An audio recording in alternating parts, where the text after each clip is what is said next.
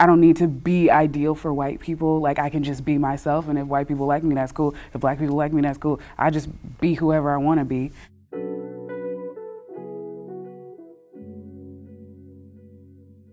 Hello and good morning. My name is Savonne Pearson, and today you get to meet Director Me. This is an interview I shot back in December 2019 with Imani Jones. If you haven't seen the first video, she detailed her experience with the form of gay conversion therapy within the Black church.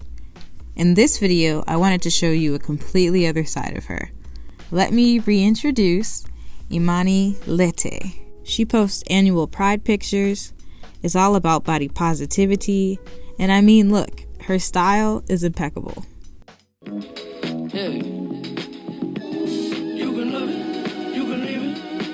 I had to put this in there because truly it's me AF. So I talked to her more about being queer and black and wanted to share the rest of the interview with you all. I hope you enjoy. So being queer and black is a very unique experience, especially coming from a religious family. But the college experience really allowed me to be able to explore in a generally safe way who I was. And even within like the queer community, I do feel some form of rejection, and I do want to just like try to be whoever people want me to be so people can find me attractive, so I can be the ideal person for somebody. And just like a general theme in my life is that like I can't fit into what other people want me to be, and being black and queer is like an extra experience. And a lot of the time we're erased from history, we're erased from just existence in a general sense, because black queer people are all around. Your cousin is black and queer, but nobody talks about it, and his boyfriend that he brings to Thanksgiving, because we don't really want to make everything uncomfortable. And your grandma knows he's gay, but she's not gonna be like cool about it. But also like I don't know, being black and queer, like I don't have to try to be ideal for like the white gays. I don't need to be ideal for white people. Like I can just be myself, and if white people like me, that's cool. If black people like me, that's cool. I just be whoever I want to be. I think why the black community really doesn't talk about it is because we're already in a continuous state of like being free and being enslaved at the same time, and then adding an extra identity that like makes you even more of a minority. People don't want to talk about that. Black people don't want to talk about their mental health struggles in a general sense, their financial struggles. They don't want to talk about the hard things that are happening. And being queer is a difficult conversation to have. It's something that's hard to deal with. And I guess it's just normal to just push away the difficult things, and we don't talk about it, it's okay. Like, even though like within churches, most of the music directors or the music people are gay, but we just don't talk about it because like, as long as you just keep that at home, it's whatever, like just don't bring that into here, then it's perfectly fine. I guess from what I've heard before is just like, you're making your life harder for yourself when you don't have to.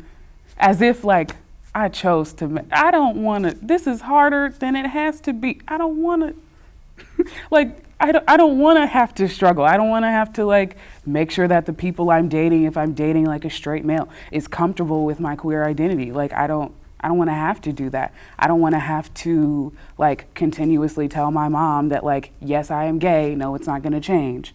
And I just had a conversation with my mom about this a couple of days ago, and I really tried to have a candid conversation with her about like my identity and like explaining why I feel so proud in it, and why like I have to continuously talk about it, because like I wouldn't shy away from talking about anything else, so why should I shy away from talking about that? I think my mom has gotten to the place where she's neutral, as long as, I don't know, what she continuously tells me is like, yeah, it's gonna be hard if you bring a girl home, but like you right now, as long as you're not dating a girl, like I can handle that.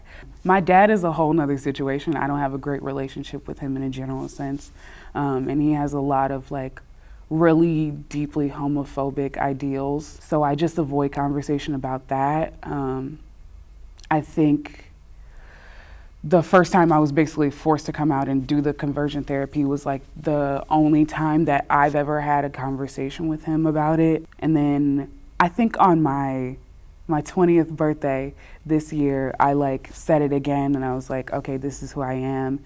And he was like, oh, okay, but the Bible says da da da, and then the conversation was over. And there was no further like, so why? Who are you? What's your identity? Da da da da. But I was able to have that conversation with my mom and really like explain to her like fully my identity and have her be like, okay, I understand, I get it. I don't fully agree, but you're my daughter. My father is just like, we're not going to talk about this because we don't talk in a general sense, but you know, especially that, so. How did it feel for you to be outed the way you were versus you not coming out on your own terms? Oof. It was a lot harder because I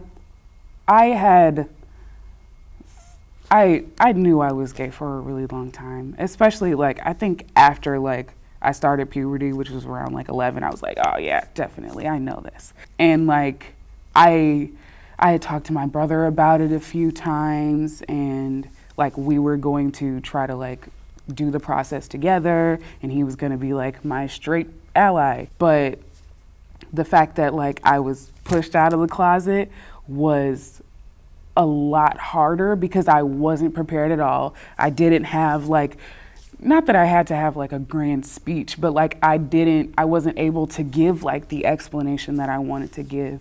And it really robbed me of like that experience of like, this is who I am. Let's have a full conversation about it. Let's sit down for hours at a time and like really dig into it and talk about it rather than like, you looked at my phone, you saw that I was talking to a girl and immediately let's talk to somebody so you can get this figured out.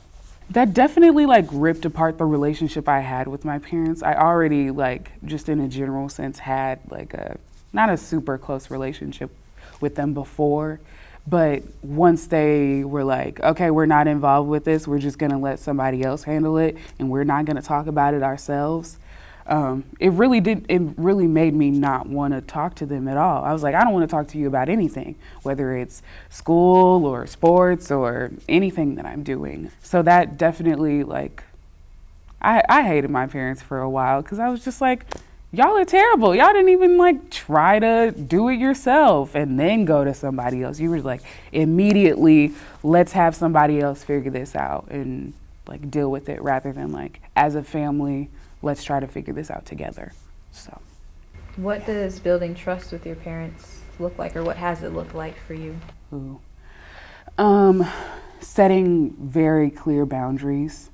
I haven't necessarily been able to set those boundaries with my father just because we don't communicate a lot in a general sense. So he can't break boundaries if we're not talking. But with my mom, I definitely like have told her like, clear boundary. If there's blatant homophobia or transphobia around me, I am not handling it. I'm walking away. We're ending the conversation. And that's the biggest thing is like having to set those boundaries of like what I'm going to deal with and what I'm not going to. And especially like stepping into my adulthood, that's even more important.